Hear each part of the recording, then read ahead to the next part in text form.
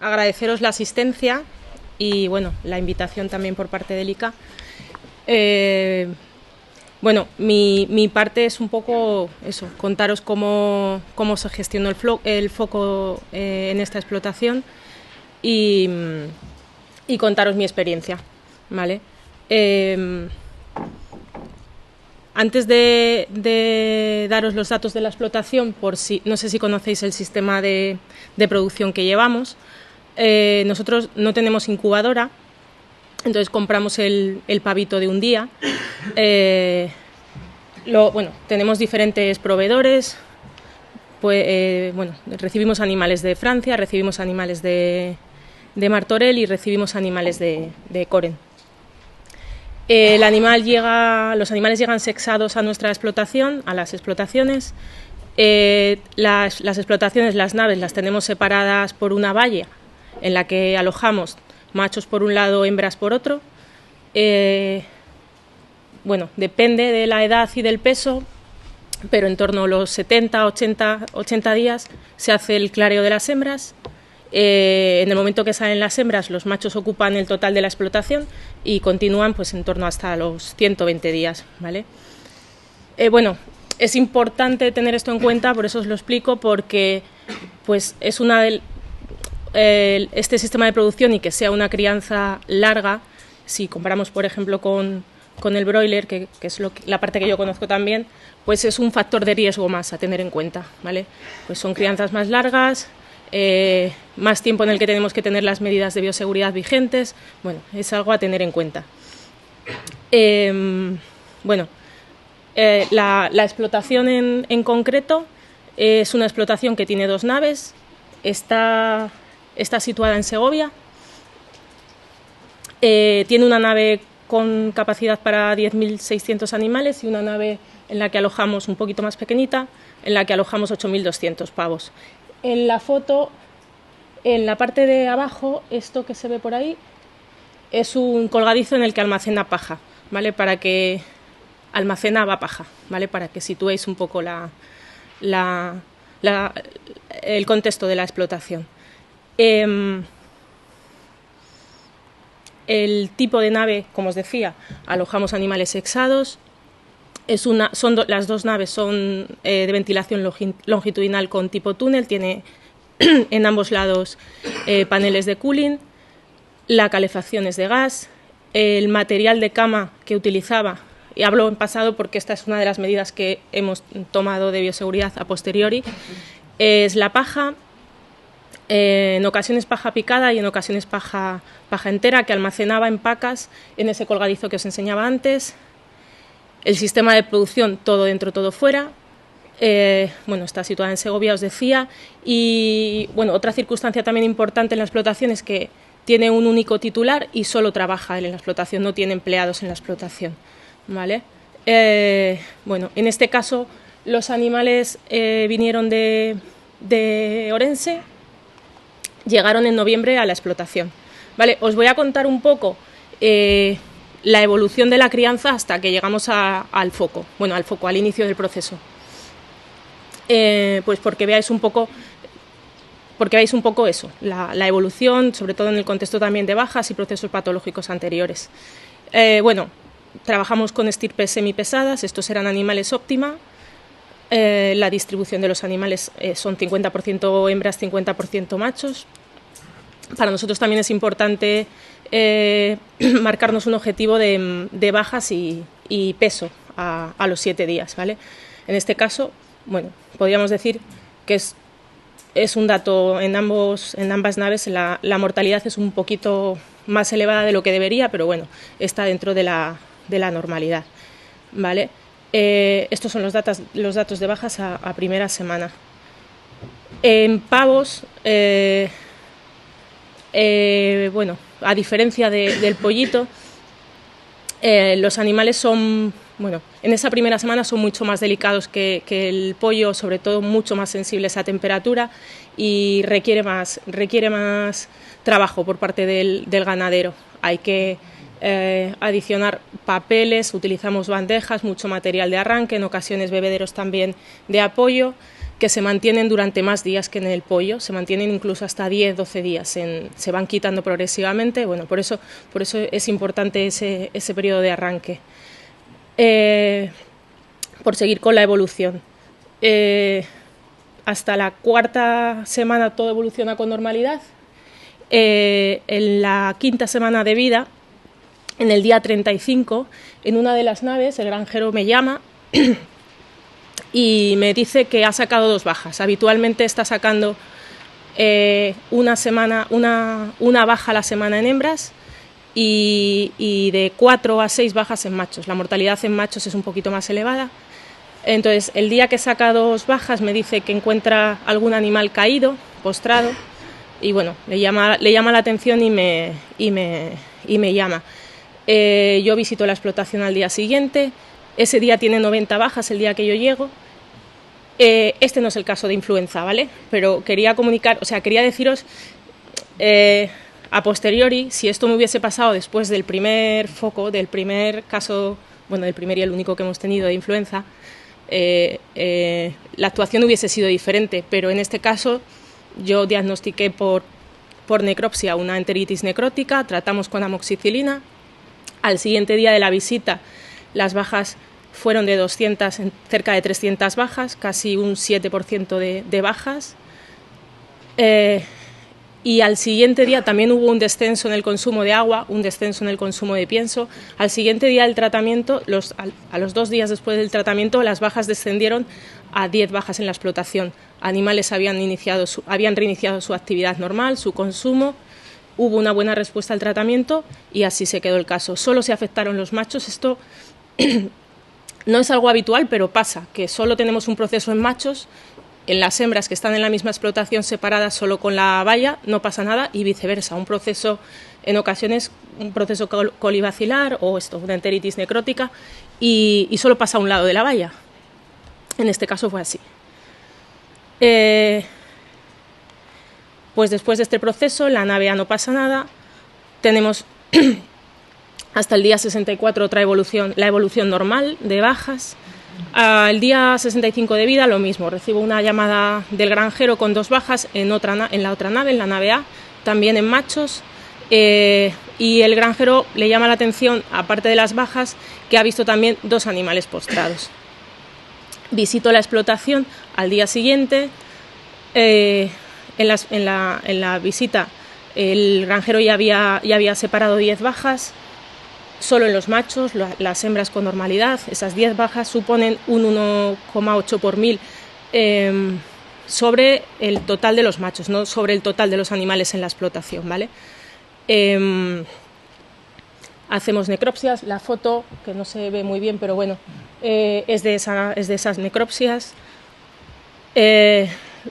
Yo diagnostico una enteritis necrótica, de la misma manera. Bueno, eso es duodeno lo que está abierto, se ve también congestivo el resto de intestino. Procedemos al mismo tratamiento, iniciamos un tratamiento con amoxicilina, ¿vale?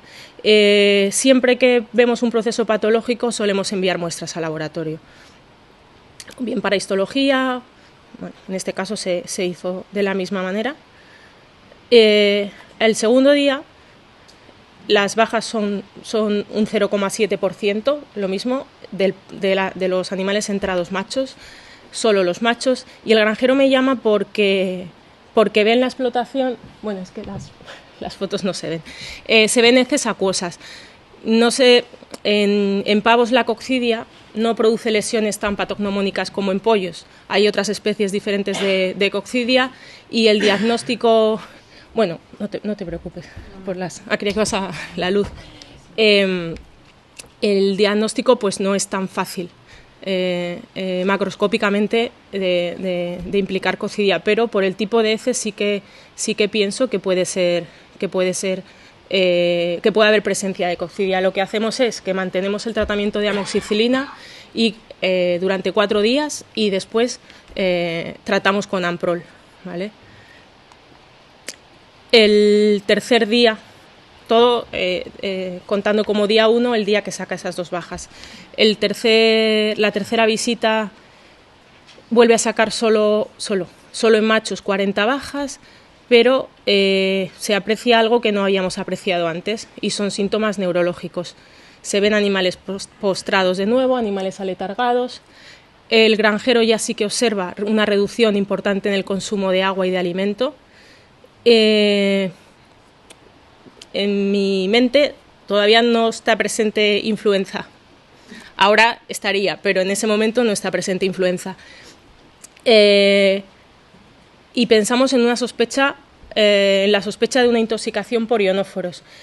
¿Por qué pensamos en esto? Pues habíamos tenido un caso similar en pavos, por la forma de distribución del pienso, de la distribución de los animales, podríamos pensar en una contaminación del pienso con salinomicina, con aracina, que los pavos son muy sensibles y es tóxica a concentraciones muy bajitas, que ha entrado una parte del pienso contaminada y por eso el proceso no está evolucionando de una forma aguda, como pensábamos inicialmente si fuese el caso de una enteritis necrótica, y porque en el caso anterior habíamos visto estos síntomas neurológicos. También animales postrados, pues por la forma de actuación de los ionóforos, puede afectar a los miocitos y podríamos ver esta sintomatología. Como algo anecdótico, en hembras vemos una baja y lo único que se ve es una pericarditis. También se toman muestras y se envían para identificación antibiograma, que bueno, luego sí que nos sale coli y bueno, con el antibiograma correspondiente. Digo que es algo anecdótico por lo que luego sucede, ¿vale? No sé si... vale. Esto es lo que creo que se pueden ver. Esto es lo que observamos en...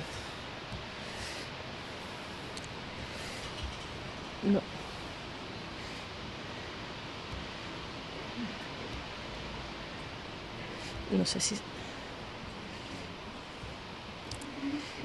sé si puedo, si me salgo, como estaban fuera.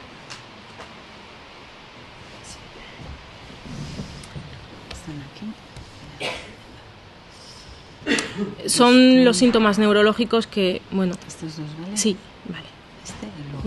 Vale, esto es lo que observamos. Bueno, lo de la cámara volteada. Pero veis algún animal postrado, ese animal inicial con el cuello flácido. También se veían opistótonos. Dificultad para el movimiento. Ese sigue ahí con su cuello.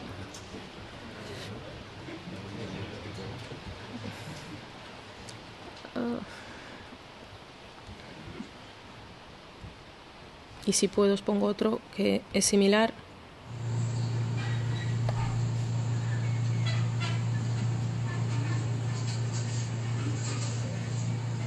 Como os decía, hasta este momento seguimos pensando en esa posibilidad del pienso. Lo que decidimos hacer es cambiar el pienso, porque el granjero tiene ya en otro silo el pienso siguiente. Cortamos el pienso que estaban consumiendo y empezamos a darles el otro pienso, ¿vale? Al siguiente día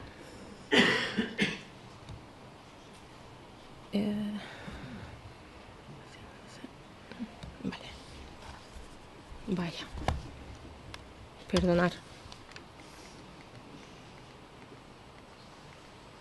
Vale. Bueno, es lo que os decía, es lo que decidimos. Tomamos muestras también para intentar confirmar el diagnóstico. También tomamos muestras de pienso para, aunque es complicado, intentar encontrar los posibles contaminantes, los ionóforos que os decía. Y con ese diagnóstico, con ese posible diagnóstico, terminamos ese día. Al día siguiente me comunica por teléfono, ese día yo no voy, 100 bajas, lo entendemos normal y lo mismo, seguimos pensando que el proceso no es tan agudo porque no es un proceso infeccioso. Las hembras siguen con su normalidad, no hay bajas, no hay alteraciones del comportamiento. En la nave B, hasta ahora no he hablado de ella, continúa con normalidad.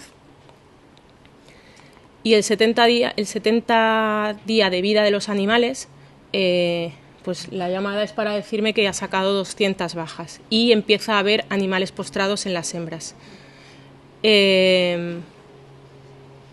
Yo voy por la tarde y por la tarde me encuentro en la explotación otros 300, cerca de 300 animales muertos y muchos animales postrados. En las hembras se ven otras 12 bajas y más animales postrados. Y bueno, es en el momento en el que nosotros, en el que yo pienso que algo ha implicado y que no es un proceso normal, sobre todo por el estado de los animales, y es en el momento en el que informamos la sospecha. En ese momento ni siquiera sospechamos de influenza, o sea, sospechamos de influenza, pero ¿por qué no de Newcastle? ¿Vale? Esta foto del centro es lo que yo me encuentro en la nave. ¿Vale? Las otras dos fotos, si las pongo en una presentación que nada tiene que ver con influenza, pues el animal de la derecha podría ser un cuadro clínico de cualquier otra enfermedad. Lo que quiero decir es que en ningún momento encontré neumonías en las necropsias, no encontré síntomas respiratorios, no encontré sinusitis, hemorragias en órganos, no encontramos los signos de libro que se supone que vamos a encontrar. Entonces, bueno, pues a partir de ahí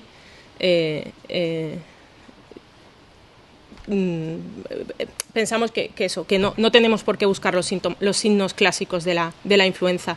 Este animal de la izquierda, esta es una foto, bueno, tanto la de la derecha como la de la izquierda es una foto, porque bueno, luego ya confirmado el caso, yo hice más necropsias para valorar pues cosas que podía haber pasado, y sí que son animales ya, pues eso, con algo necrosado el moco, también en piel, algo de necrosis. Bueno, eran síntomas más generales. Pues el día 71 de vida se confirma por Algete que hay influenza de alta patogenicidad. Y pues nos echamos las manos a la cabeza, lógicamente. ¿Qué pasa a partir de ahí? Y está relacionado un poco con las charlas de bioseguridad de Antonio. ¿Qué hago yo? Pues yo me voy a mi casa, pasando por un centro para que me desinfecten el coche, y me quedo en casa una semana. Desde la administración me piden las visitas que había hecho en 15 días previos y las visitas durante el proceso, porque yo hasta ese día yo sigo haciendo visitas a otras explotaciones de pavo. La administración en ese momento visita inicialmente mis explotaciones, pero al final decide visitar todas las explotaciones de pavo que tenemos en la integradora. Las visita y les hacen encuesta de bioseguridad y toman muestras para hacer PCR, ¿vale? Y a partir de ese momento, una vez tomadas las muestras oficiales y confirmado y declarado el caso, se lleva a cabo el sacrificio de las aves en la explotación. Bueno, primero la retirada de las aves muertas en la explotación y el sacrificio de las que quedaban vivas. Deciros que gracias al COVID en ningún momento nos quitamos mascarilla, pues hubiese sido porque habíamos tenido contacto estrecho tanto en el interior como en el exterior hacia las necropsias. Pues eso, después de conocer el caso, la confirmación, pues nos ayudó a estar un poquito más tranquilos. La retirada de las aves se hace por un equipo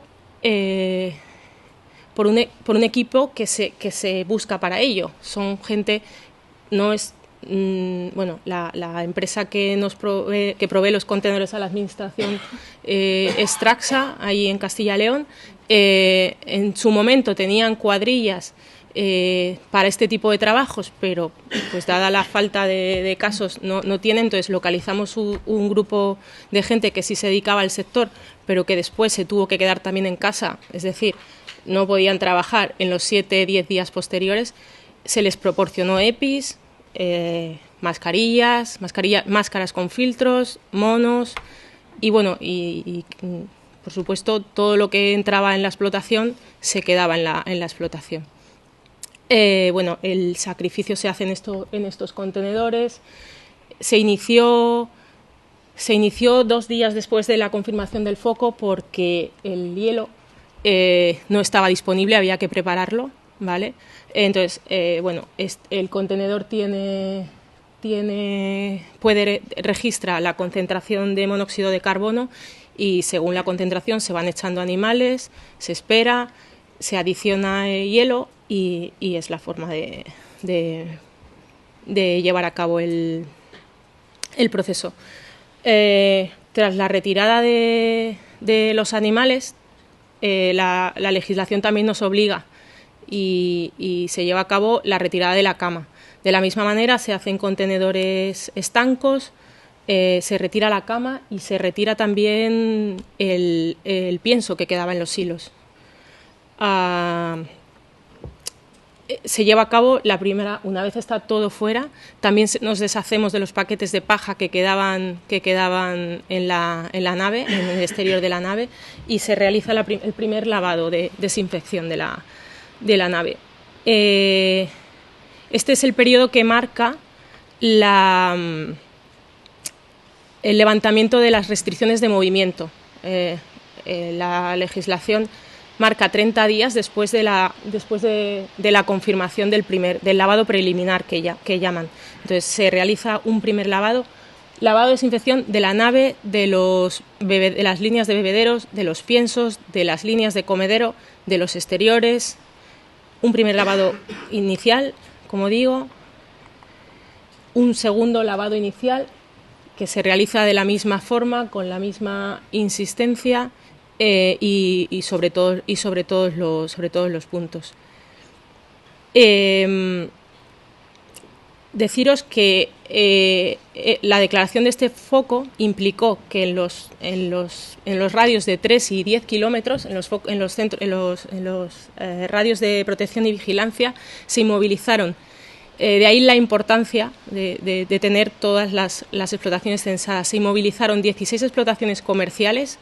Una de ellas era de pavos y era nuestra, estaba dentro de los 10 kilómetros, y 196 explotaciones de autoconsumo.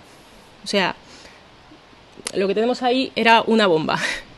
No sabemos si había pasado algo o no, lo que sabemos es lo que pasó en nuestra explotación, ¿vale? Y tampoco sabemos si había explotaciones de autoconsumo que no estuvieran censadas, ¿vale? Pero para que os hagáis una idea de un factor que en tu explotación no puedes controlar. Vale. Bueno, nos he comentado antes que en las medidas que tomamos también con respecto a la bioseguridad, cuando declaramos el foco, cuando fuimos conocedores de la presencia de la influenza, fue comunicarlo al resto de granjeros y reforzar las medidas que tenían de bioseguridad. Medidas que ya conocían, pero bueno, sabemos que todos en algún momento nos relajamos. Entonces, control sobre todo de los camiones, desinfección de los vehículos que entran en la explotación y exclusividad solo de los vehículos que tienen que entrar en la explotación, nada de visitas externas, eliminar todos los materiales de cama que tuviesen al aire libre y no reponer camas. Una de las cosas que os decía antes de la crianza tan larga, en ocasiones implica que el granjero tenga que reponer cama durante la crianza. Bueno, pues esa es una de las medidas que hemos tomado. O sea, se adiciona más cama en el principio, se utilizan removedores, se utilizan secantes, pero no se repone cama. No se repone cama porque aunque algún granjero lo hacía y se desinfectaba al introducirla, no la puedes desinfectar de la misma manera que si la tienes completamente extendida, sin animales, ¿vale? Entonces, eso es una de las medidas que tomamos a posteriori. Por daros algún dato más de cómo fue la evolución, en la nave B no os la he nombrado durante el proceso porque hasta el día 7 de iniciado los síntomas en la nave A no se observa algún animal afectado. Veíais en las fotos, las naves están paralelas y y eso, 7 días después empezamos a ver algún animal. Cuando empezamos a sacrificar la nave inicial, la nave A, la mortalidad era casi del 70% de los animales.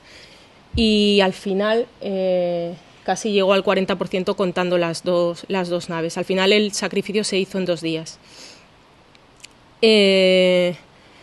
Un dato también importante y que creo que fue, bueno, pues fue rápida la actuación desde que se declara el foco hasta que se hacen todas las labores, tanto de sacrificio, retirada de materiales, limpieza, desinfección. Es que a los 49 días de declarado el foco se levantan las restricciones porque se contaban esos 30 días desde que se había realizado la limpieza preliminar.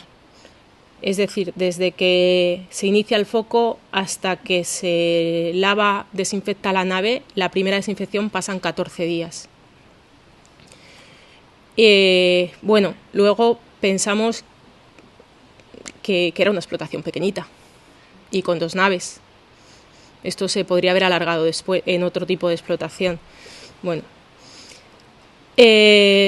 la legislación obliga a, una vez levantadas las restricciones, es verdad que, bueno, pues el granjero no quiso meter animales durante un tiempo, pero independientemente de eso, la legislación obliga a meter un 1% de la población, de la densidad inicial, de animales que actúan como centinelas y a los 21 días se muestrean y se va, bueno, pues en este caso lógicamente con resultado negativo, y podemos introducir animales en la densidad normal.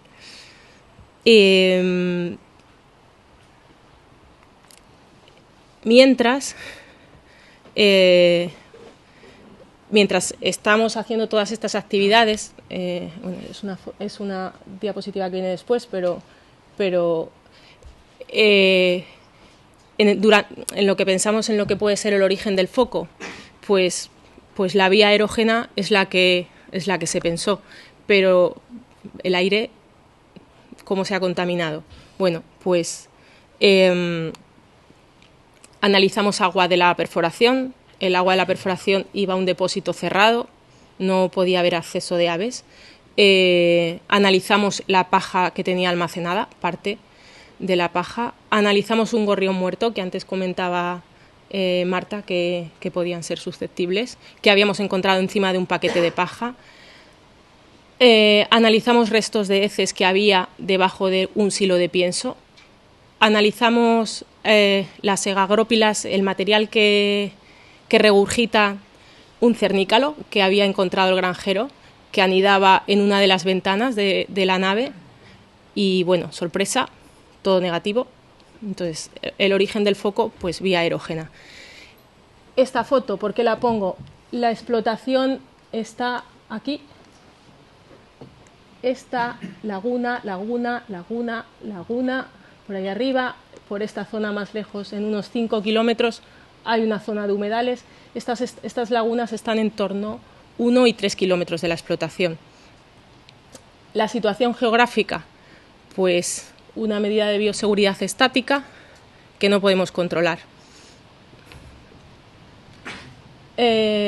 Sobre las pautas de manejo, las medidas de bioseguridad pensando en el origen, pues bueno, el granjero solo entra él en la explotación, tiene en esta nave la entrada aquí, en esta nave la entrada aquí. Tiene una pequeña oficina que da acceso en ambas naves, pero están localizadas, está más en el interior de la nave.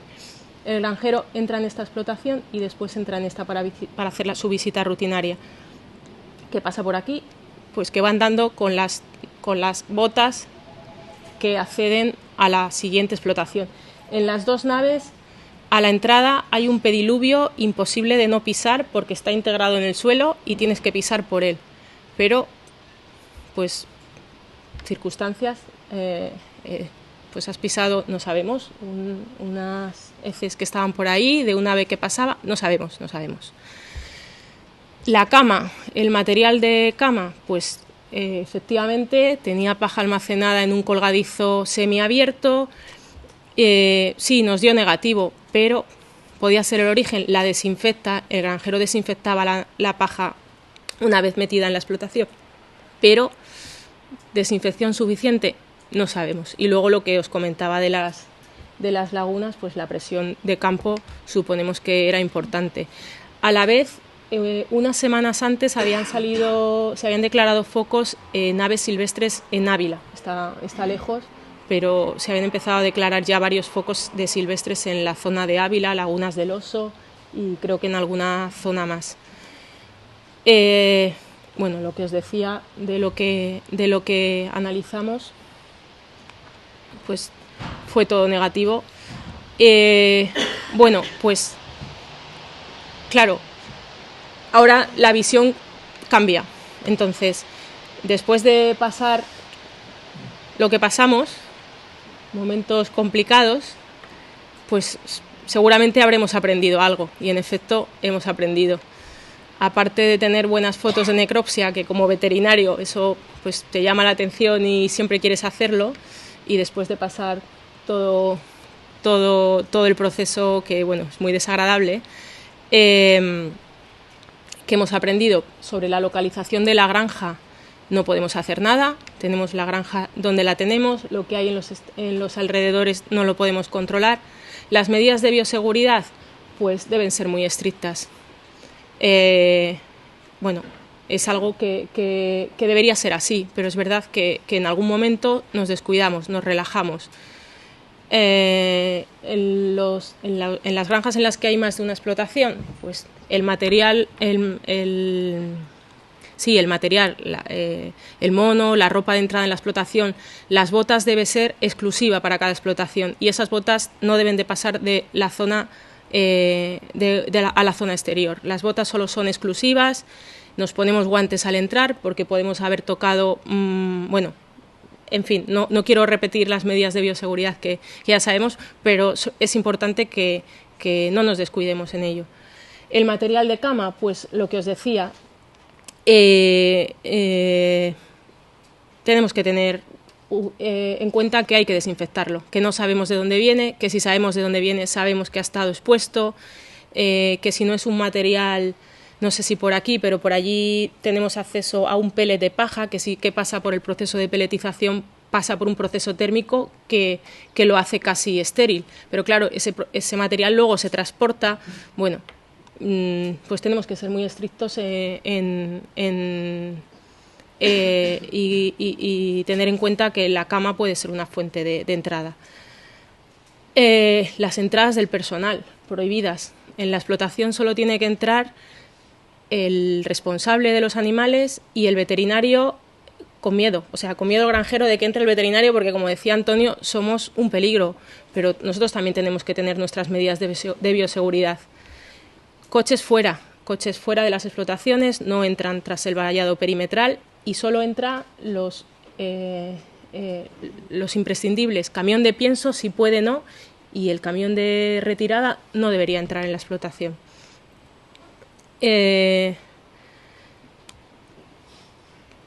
Lo que os decía, ¿qué pasaría ahora si tenemos un proceso similar en el que hemos dudado del diagnóstico en 2 ocasiones? Pues posiblemente en el primer caso, que por eso os lo contaba de la enteritis necrótica en la nave que no fue afectada inicialmente, pues tras el segundo día, bueno, no, porque en el segundo día ya vimos que el tratamiento funcionaba, pero ante una sospecha, sobre todo en la que no tengamos la certeza de lo que ha pasado o la seguridad, porque tengamos un signo claro, patognomónico, que nos indique, que nos oriente hasta un diagnóstico casi correcto, pues lo debemos de incluir en los diagnósticos diferenciales.